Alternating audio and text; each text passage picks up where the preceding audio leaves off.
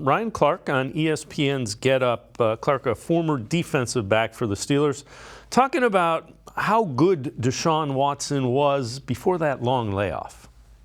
When last seen Ryan Clark, where did you have him? Purely as a football player, where did you rank him among the best quarterbacks in the NFL?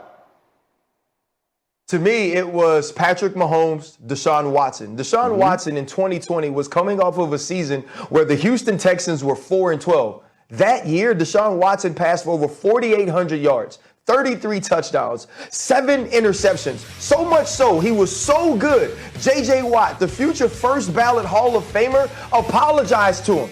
He said, Deshaun, I am sorry for wasting one of the best years I've ever seen out of a quarterback.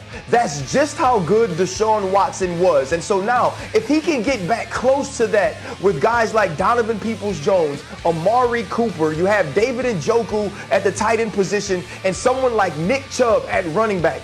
If they can find a way to get Deshaun Watson close to what he was, this is a team that could be very difficult to deal with. Jeff, we've talked about that quite a bit.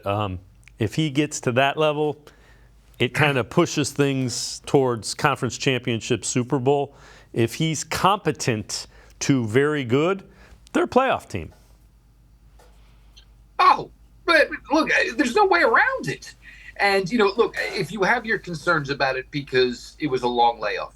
But again, I will harp on this. It's not like it's this major injury. There was no injury, zero injury. So the rust is understandable. The fact that there's people who think it's just over for him, that's the one that blows my mind. And Ryan Clark, I guess you're not going back to Pittsburgh anytime soon because the Steelers fans certainly are not going to want to hear any of this. He is that level of player.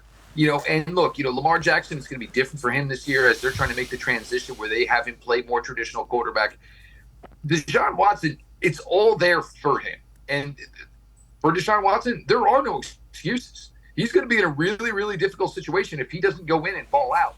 And to be fair, we talk about that season he had in 2020, and he doesn't have to throw for 4,800 yards. He doesn't have to throw for 33 touchdowns. He's got to throw for 31, and he's got to throw for about 42 for it to be the best statistical season for a Cleveland Brown quarterback ever. That should be the expectation.